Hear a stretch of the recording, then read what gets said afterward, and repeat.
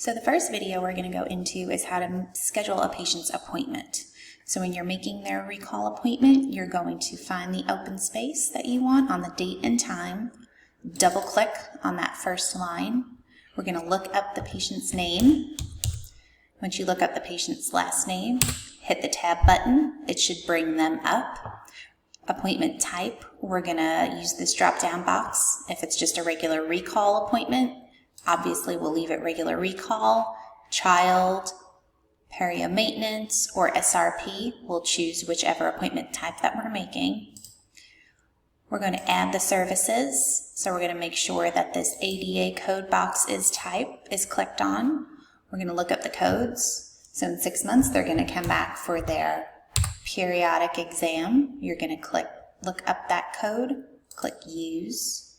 We're going to hit that add service button again, hit the ADA code button.